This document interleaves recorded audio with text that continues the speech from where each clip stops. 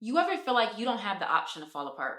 Because you have to be the strong one. You have to be the reliable. You have to be the one that holds everything down when sometimes it feels like you're barely holding on. Because you have to have all of the strength.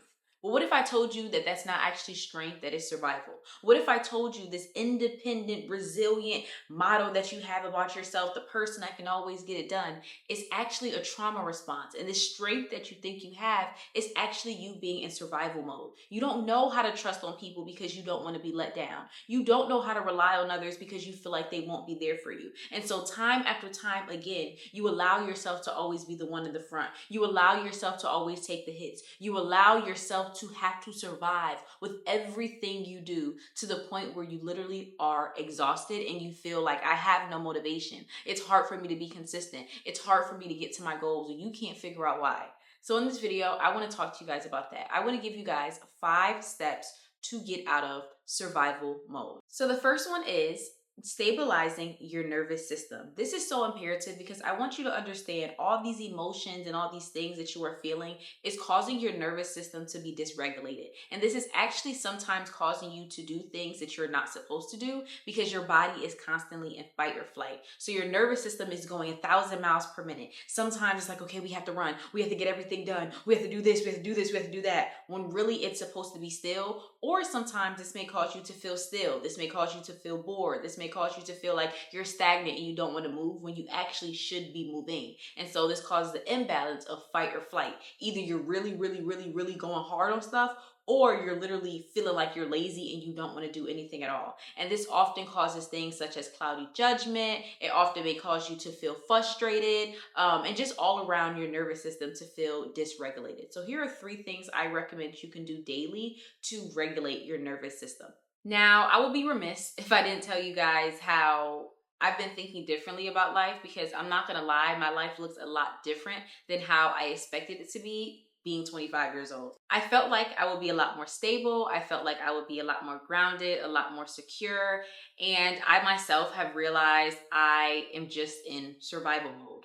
Constantly feeling like I'm overwhelmed and just constantly feeling like my mind can never get a break. And I've realized a lot of that does come from mental health. I'm gonna be honest, I personally felt like the only people who need therapy is like when you're really struggling. But I've also had to realize therapy isn't just there when your life is falling apart. It's actually there when you realize that, but you're finally ready to start feeling better. That's why I want to tell you guys about BetterHelp. Today's paid partner, BetterHelp, is an online therapy platform that connects you with credentialed therapists who can help you work through anxiety, stress, or literally anything else that you're dealing with. A therapist can help you look at things through a new perspective, offer guidance, and give you real tools to make positive change. You can just fill out a questionnaire and they'll match you with a therapist in literally a couple of days. And if the first one isn't right for you, you can switch anytime for free. So if you're ready to stop pushing everything down and to finally start healing, visit betterhelp.com/ChamiaTiarra, or you can click the link in my description to get 10% off your first month. Listen, I'm telling you, you do not have to figure everything out on your own. You just have to take the first step.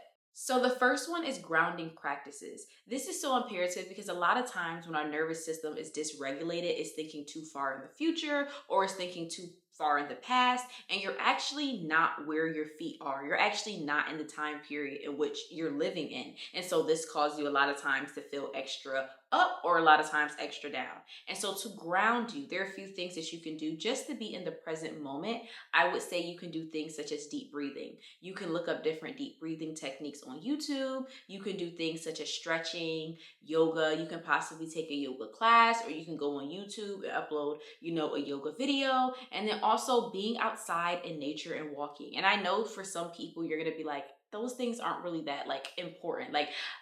The whole thought process of you thinking right now that those things won't help you is showing you how your nervous system is dysregulated. It's actually showing you how you don't even care enough to be in the present. You're thinking about what are the things that you can do that can get you closer to your goals? What are the things that you can do that can get you away from your trauma? And yes, those things are imperative as well to a certain extent. But another problem that you have is, like I said, you're too far in the future and you're too far in the past. You need to be in the present moment. moment. You're dysregulated because you're thinking about a time period that either already happened or it doesn't exist. So I definitely recommend start doing grounding practices, things that just make you think about right now, make you focus on your body, think about you, what's going on in the present moment, and not thinking about things that are honestly out of your control.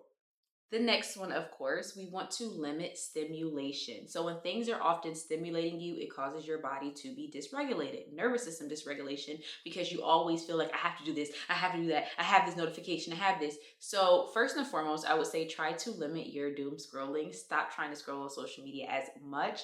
And do this in a way of giving yourself an ideal amount of time that you want to scroll. Don't kind of just say, okay, I want to scroll less, because it's kind of like, what does that mean?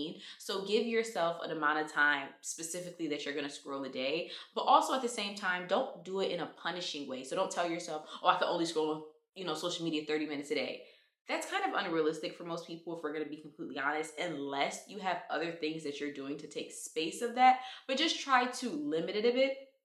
Also, getting rid of notifications. I completely understand having your cell phone, notifications, things like that, but especially when it comes to emails and social media notifications, we can limit those as much as we can, because a lot of times too, they aren't really that imperative. It's just this thing of you wanting to be in the know. It's just this thing of you wanting to be dysregulated. Your body craves it so much that it's going to try to get any kind of stimulation, any kind of notification that can remind it, oh, we have something to do. Oh, we have something to do. Kind of like squirrel, squirrel. It just wants to be notified. And so we're going to limit stimulation. And the final one, I recommend this to every single video, so you guys already knew that this was coming. I want you to start journaling. A lot of times our nervous system is dysregulated because we're holding in so much information, and we think that just because we are thinking about something that we are letting that thing out. And a lot of times too, we're really not. We're holding in all of this information, and it's in so many different chunks of our brains and pieces, and it doesn't even know how to effectively be gone. I think a lot of times too, we hold on to things from the past, and we hold on to things that we want for the future. And a lot of times those things don't make sense for the present moment, but a lot of times as well, we've never actually been able to process those emotions. And so I recommend journaling. I personally try to journal every morning for about 30 minutes, give or take, but I would say journal every morning for about 5 minutes. The reason why I say the mornings are so important, this is before you are going on your phone. This is before you are talking to anyone. This is before you are interacting with anyone. Journaling at night is good as well, but I definitely say the morning, because these are your raw, untainted, unfiltered thoughts. And I think it's so imperative to start your day to let those things out. You can start with journal prompts. How do I feel in this moment? Different things such as that. You also, of course, can look up journal prompts, shadow work journal prompts. I recommend to look up those as well, or just grounding journal prompts, gratitude journal prompts. But sometimes I literally just write out blurbs. Like, I literally just write, and I force myself to write that entire time period. So the pen does not leave the page that entire time period. Now, sometimes I literally will write, I don't know what to write. I don't know what to write. I don't know what to write. But the whole idea behind that is I'm constantly causing my brain to kind of be exercised a bit. And as time goes on, it seems like, dang, you could write for 30 minutes. It seems like a lot. And in the beginning of me doing this, I had a lot of, I don't know what to say. I don't know what to say. I don't know what to say. And now looking at it, I barely ever say that, because you always have something to say. You have thousands of thoughts every single day. And then you try to write them down and you're like, I don't know what to say. You're trying to be perfect. You're trying to say the right thing. You're trying to just let it all out. And so these are 3 things I recommend to regulate your nervous system. We're trying to get your nervous system regulated so that you can start thinking clearly and you can start making decisions that you are proud of, essentially. So for step 2, we are going to assess your survival sources. So where is the source of a lot of this survival mentality coming from? Where are the sources that you feel like are constantly draining you? Obviously, everything is to each your own, but I think there are 3 major sources that a lot of people are dealing with. The first one, of course, being money and finances. We want to look at, is it your bills? Is it your debt? Is it your income? Like, are you constantly thinking that is a sense of survival for you? And for some people, you may say, well, I don't know if it's a survival thing. I mean, I'm making this amount of money, but I don't know if this is causing me to be in survival mode. I want you to think about, for these 3 buckets, how often do you think about these things as far as they go? But then also I want you to think about, How many decisions do you make or do you not make based upon these things? So, like I said, first and foremost, it will be your money and your finances. Next, your environment. Is your environment chaotic? Is your environment frustrating? I want you to think about when you get out the car and you come home from work and you come home from school or you wake up in the morning. Ask yourself, what is that feeling that you get when it comes to your environment, especially your home environment? But then sometimes too, it could be your friend environment. When your friend texts you, says that she wants to go out, what is the feeling that you get? Is it a feeling of, oh my gosh, I miss them, I want to go out? Is it a feeling of, oh my gosh, them again? Is it a feeling of, I hope tonight goes well, I hope it's a good night, I hope it's no problems? Like, ask yourself what the environments that you're in, even work, what kind of feeling do those things give to you essentially?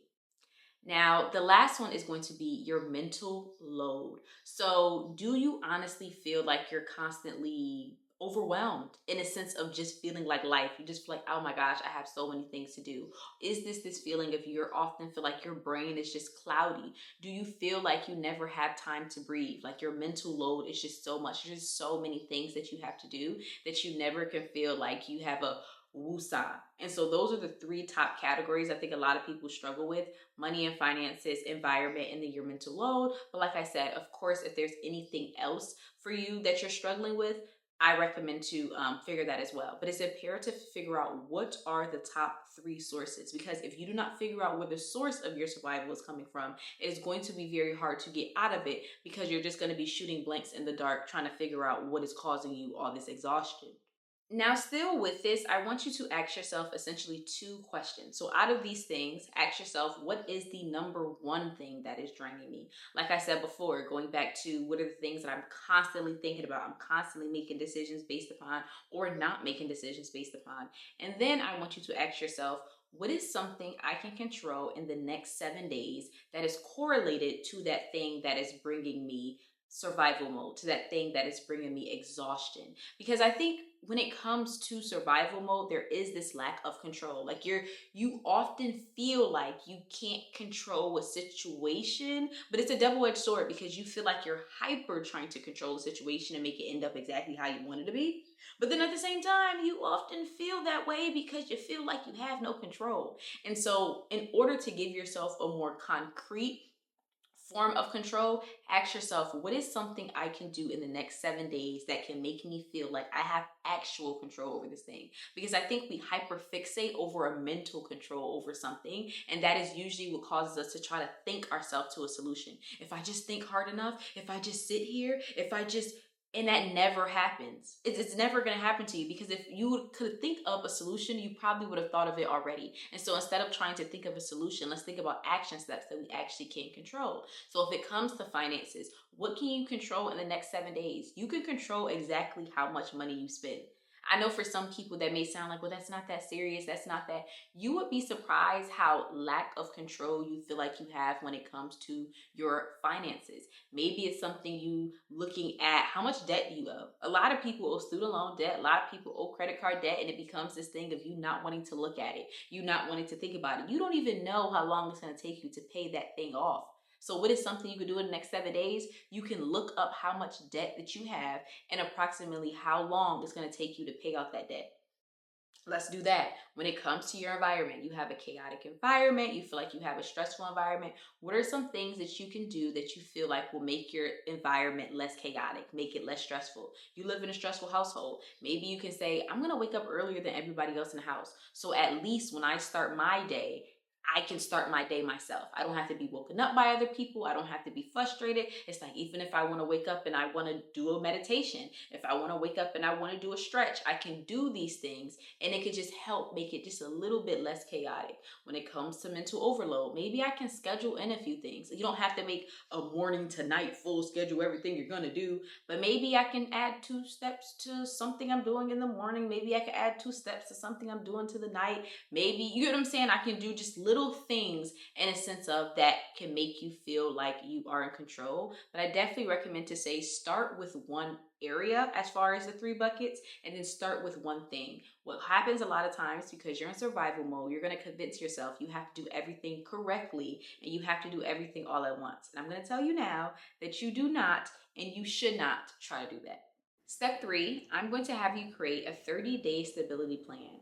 When it comes to survival, you usually have no structure, you usually have no real plan. You are literally just trying to survive every single day. And this is what is exhausting you. So we want to create structure in your life, and so that you can gain real control and not just the theoretical control that you think that you have when you're constantly struggling, and surviving. So these are the 3 things I want you to do with the next 30 days to gain stability.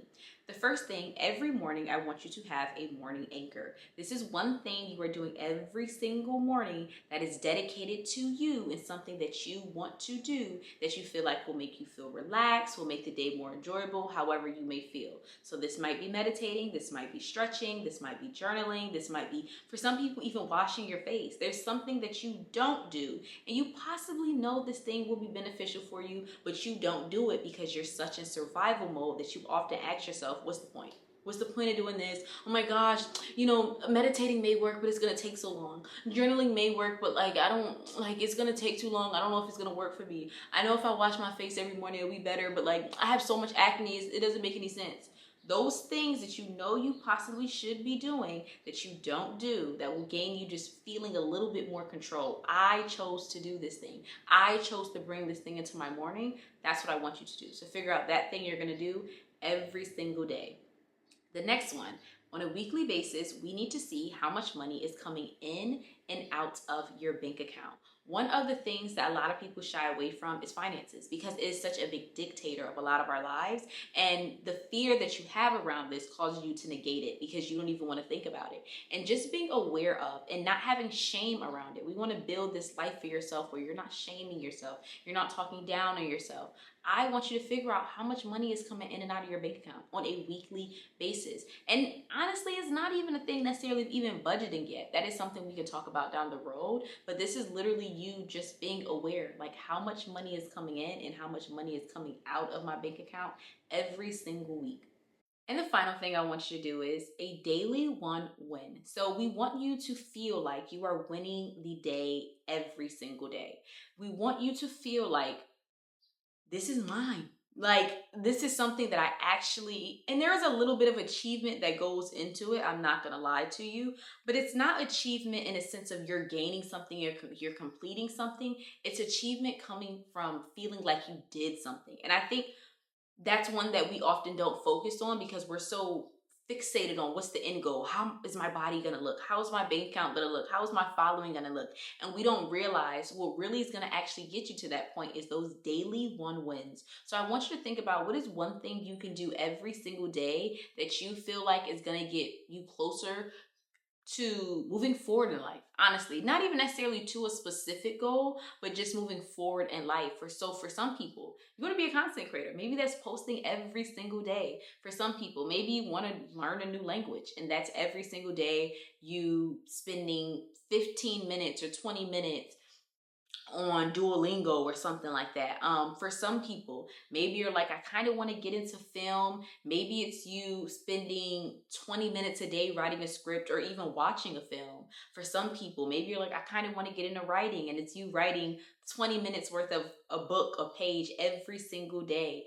Essentially, figure out something that, and going back to the last thing that I kind of said, you don't do because you often feel like it's not going to be enough, or you don't do because you often feel like, well, I have to do the entire thing. I have to do this big thing. No, there's something that you can do every single day that can make you feel like you have a daily win. And so these are the things I want you to do for the next 30 days to create a 30-day stable plan so we can start having some actual stability. So step 4, we need to build your safety net. You're often in survival mode because you feel like you can't depend on people. You often feel like if you fall, no one's going to be able to catch you, and you're just going to be on the ground, and life is just going to be ending, essentially. It literally feels so daunting, and you're so afraid of having wiggle room to try new things, to have new experiences, to actually enjoy life and do sometimes the things that you want to do and not always the things that you have to do, because you feel like you only have yourself. So we want to create a net for you, a safety net that can make you feel a bit more stable and can essentially help you get towards some of the things that you actually want to do in life and get out of survival mode. So these are the top three things. The first thing, of course, we're going to talk about income because money is so imperative. That's actually one of the biggest things when it comes to survival mode. So we need to start looking into things that can start potentially making you more money. Now, we have to be honest with ourselves during this time period as well. Is it that you can freelance? Is there anything that you can do where you feel like you can offer your services, especially if you can do anything as far as social media goes? They have websites like Fiverr, Fivver, where you can offer your services, and they have websites such as Upwork where you can offer your services as well. Maybe there is a thing where you feel like, okay, I found out how much I owe in debt. If I work a few more hours, I can pay this off more often and I can get, closer to getting out of debt. Or for some people, it may be a thing such as maybe I need to go back to school. I feel like oftentimes when you get out of that school age, right, when you start getting like 23, 24 plus, there's this thing of like, if I haven't done it already, then I can't do it at all. I should have done it when I was 18. I should have done it when I was 21. I should have done it when everyone else did it. And I want you to understand that is your survival mode talking. That is your survival mode telling you you are not enough. That is your survival mode essentially keeping you in survival mode. Maybe you do want to look into trade school. Maybe you do want to look into, going back to a traditional college. And I also don't want you to have this expectation of yourself, especially when it comes into, I get it, owing debt and all these other things too. But one thing I've also had to be honest with myself about is like, if I keep living the life that I'm living financially right now, will I ever even be able to pay off my debt? Will I ever be able to live a different life? I think oftentimes too, I've heard people say it all the time. Oh, well, if I go back to school, I'm gonna get student loan debt. There's so many, especially when you get older and you understand how to really study and you understand how to prioritize. When you're 18, when you're 19, you want to have fun, you're not worried about school. When you start getting older in age, you understand how bills work and you understand how life works, you're going to be a lot more diligent about getting good grades. You're going to be a lot more diligent about applying to scholarships. You're going to be a lot more diligent about the whole process too. So oftentimes don't let people tell you or even you tell yourself, well, I'm going to owe student loans. I know some people making minimum wage. They're like, I ain't going back to school because I'm going to owe student loans.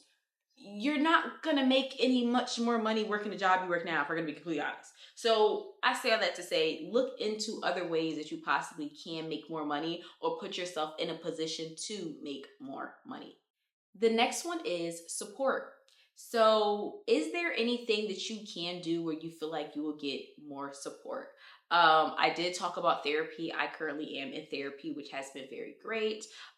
Is there any mentors? Are there any friends that you can have? And I know a lot of times too, people talk about the struggle of, finding a support system and finding individuals that can help them. But another thing I want you to also be aware of, you have to get yourself in these rooms of these people as well too. Like, you have to put yourself in positions, and that may look like you volunteering, and that may look like you going back to school, and that may look like you joining organizations, because sometimes too you aren't in those people's faces because you're not in their faces. Like, you have to be honest with yourself too and be like, okay, if I was to mentor someone, why would I mentor a random person off the street about how to do so and so and so and so? I would probably mentor someone who's already in the field or someone who's already striving towards that thing. So I think we often have to be honest with ourselves about that too. Like, if you want to do something, you want to find a mentor, you want to find a group of friends or people that are doing some of the things that you want to do or going after some of the things you want to go after,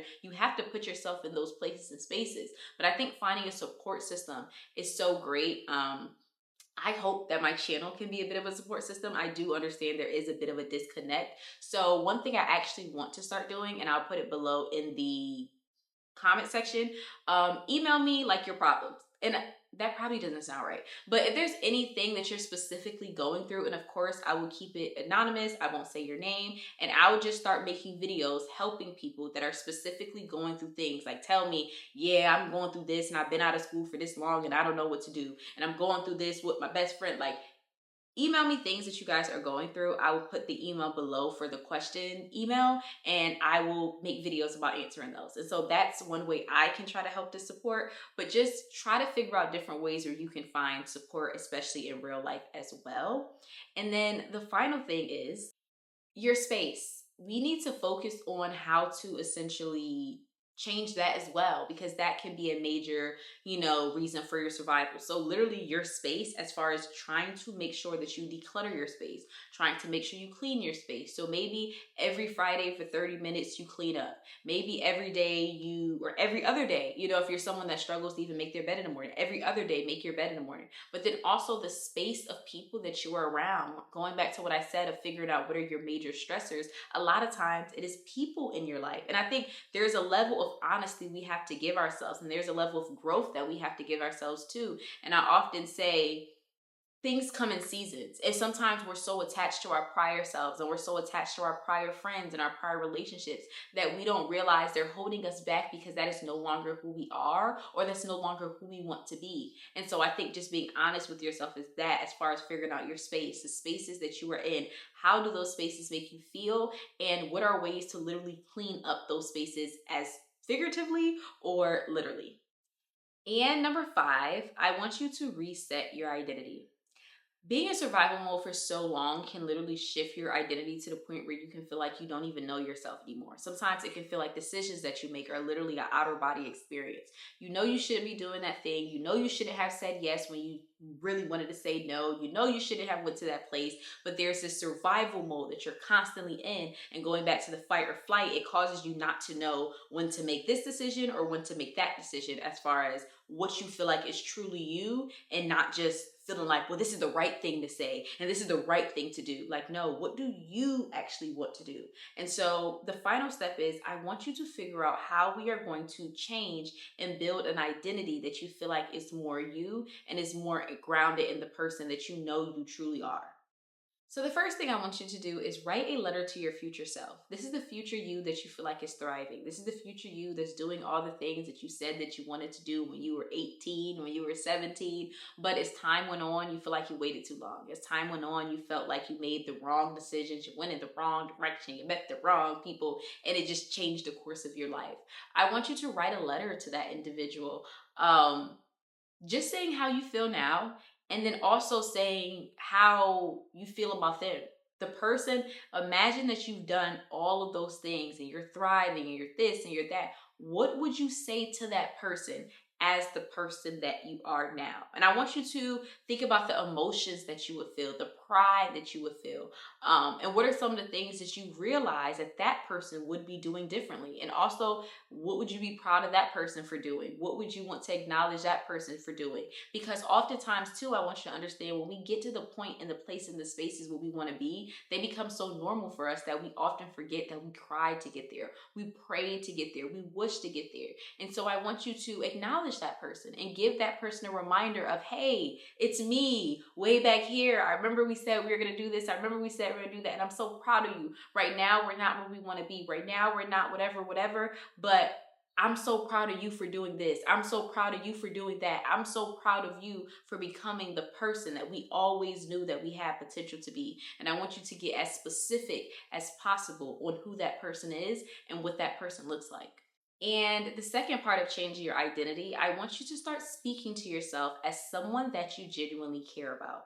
One of the problems that happens with survival mode is we often shame ourselves. We often convince ourselves that if we shame ourselves enough, then we'll be able to achieve something and we'll be able to stay in line, right? And the problem that this becomes is, sometimes it does help us achieve our goals, but the problem is it helps us achieve our goals for a very specific amount of time. So maybe there's a pair of pants that you have and you can't fit those pants, or they make you look fat, and you put those pants on the dresser. You always have that as a reminder when you wake up in the morning. You better go to the gym because you see them pants, you couldn't fit them pants, or you better go to the gym because you. And there's this shame that we have around ourselves, and we need to remind ourselves, hey, every single day you're not going to want to wake up and go to the gym. And you actually don't have to go to the gym every single day. But then also, why are we going to the gym? Is this thing of us shaming ourselves? Oh, you need to get rid of that big back. Or you need to, or is this thing of like, I really want to be healthy. And also, getting into a pattern of realizing that's not going to be us in the beginning, but going through a process of saying, hey, don't talk to ourselves like that. Hey, stop being so mean to ourselves.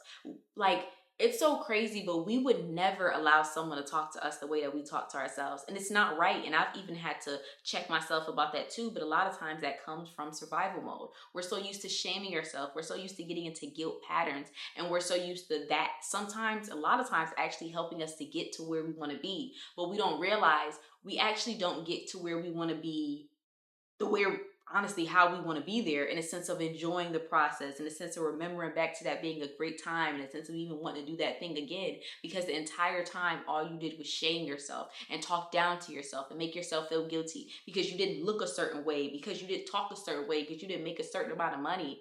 And it's like, I want you to realize the person that made that money and the person that didn't make that money is still the same person. And so we can shift our identity, but the root of shifting your identity is literally shifting your habits. When I say shifting your identity, I don't want you to think, oh, this is me becoming a completely new person. No, this is you being the person that you always truly were, the potential that you always truly had. You cannot wake up the next day and become a completely different person. No one ever completely becomes a different person. They completely change their habits. And so I want you to get out of the habit of talking to yourself bad and get into the habit of doing the things that are moving you forward, but reminding yourself this is still the same me. The same me that was struggling, that was crying, that was praying. This is the same me. The only difference is I've changed my habits now.